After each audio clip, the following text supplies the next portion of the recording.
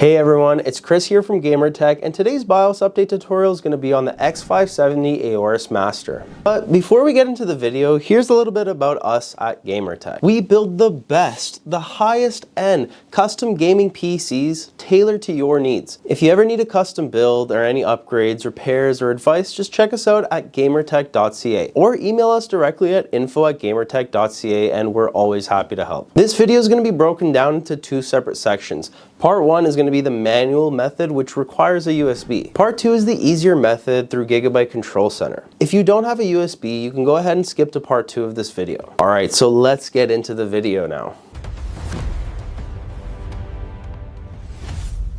First thing we want to do is identify which motherboard we have. Press the Windows key and type in system information. On that page, look for something called baseboard product. That's going to be your exact motherboard's make and model. The next thing we're going to want to do is go on Google and search for that exact motherboard. On their website, click the support tab and then click the BIOS section. Go ahead, find the latest BIOS and download it. If you see something like a beta BIOS, try to avoid it unless you absolutely need one of the features from it. Once it's downloaded, go ahead and right click and extract the folder. Next, we're going to need to prepare our USB. Make sure it's formatted to FAT32. If you don't know how to do that, I have tons of videos showing you how to convert it to FAT32, so make sure you watch one of those videos if you need help. Once your USB is formatted and ready, go ahead and drag the extracted BIOS folder into your USB. After that's done, go ahead and restart your computer. As your computer's turning back on, go ahead and spam the delete key on your keyboard until you get into the BIOS. Once you're in BIOS, look for the Q flash button and select it. Then you're going to want to locate the BIOS file you just downloaded and moved into your USB. Go ahead, find the file and select it. Click start to begin the update. A little important note is that it's very crucial that you don't turn off your PC during this process. Try avoid doing this during a thunderstorm or anything that can cause a power outage. So go grab a coffee, leave your PC alone. It'll take about 10 minutes or until the BIOS update is finished. It could take some time, so just be patient with it.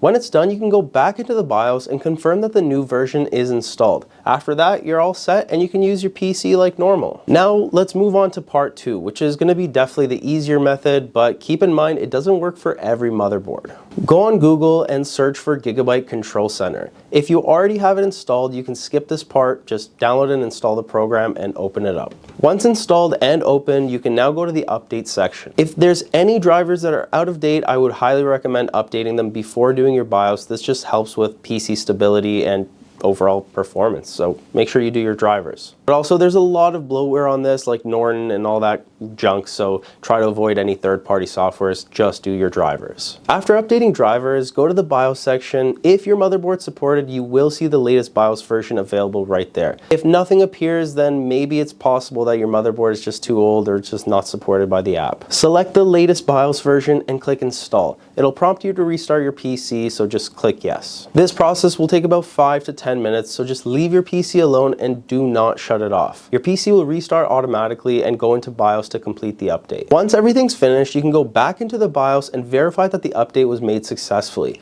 After that, you're good to go and ready to start gaming again. If this video helped you out or you learned something new, please leave us a thumbs up, hit the subscribe button. It really helps our channel grow and motivates me to keep making more videos for you guys. So thank you guys so much for watching, and I'll see you guys in the next one.